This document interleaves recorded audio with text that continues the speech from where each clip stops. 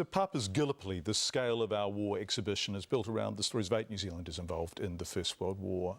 But for our reporter Tristram Clayton, the exhibition has an even deeper significance. But New Zealand is losing good men for some reason or other.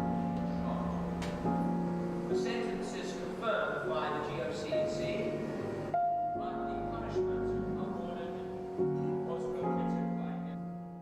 Every time I enter this exhibition, I get goosebumps. Seeing the blood, sweat and pain on the supersized face of Lieutenant Spencer Westmacott really does take your breath away. But in this room, well away from those mind-blowing giant sculptures, there are 2 machine guns and the photos of 2 soldiers that rock me to my core. The soldiers are Gordon and Robin Harper, brothers from the machine gun section of the Canterbury Mounted Rifles. It's a good-looking man, isn't he? Yeah, I think he looks very handsome. Robin Harper is also my mum's dad, my grandfather. Are you proud of him? I'm very proud of him. I'm proud of just the way he kept hanging in. And growing up, what do you remember about him personally? We were farmers and he would kill a sheep and he would never let me as a child go and watch him kill that sheep. But I sort of felt it was something to do with an aversion to violence. Robin and his brother arrived at Anzac Cove in May 1915 and were involved in the brutal August offensive on Chinook Bear and Hill 60. Mum's brother, my Uncle George, says it was in the middle of this battle the brothers captured a Turkish machine gun. They captured it, the Dad and Gordon's section, and then they turned it round and used it. Did you discuss these stories with your father as a kid? Not much, no, he never talked about much at all.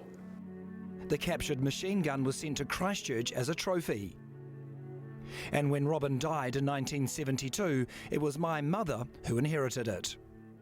I must have been about 9 years old when my younger brother and I found this Turkish machine gun hidden under our house here in Wellington. It was covered in cobwebs, in pieces, and all the rust had basically seized the whole thing up. So we got a can of CRC and we took to trying to get it going again.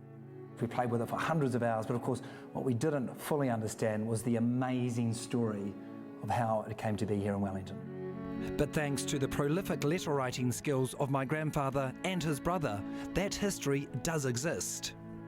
When I was very young, I found these letters, and I can't read the letters without being moved to tears. Those letters, and the history and photos that go with them, have now been transcribed and published.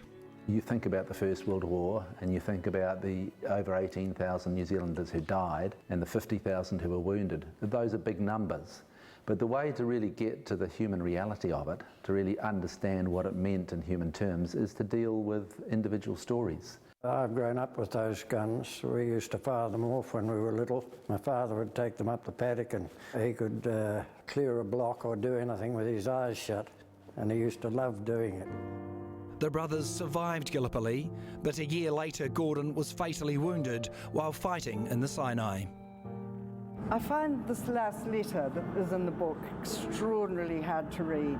Everyone in the regiment was frightfully cut up about him, and his own gun section simply broke down and cried like children. However, it is the will of God, and we are only suffering what thousands of others are doing every day in this terrible war.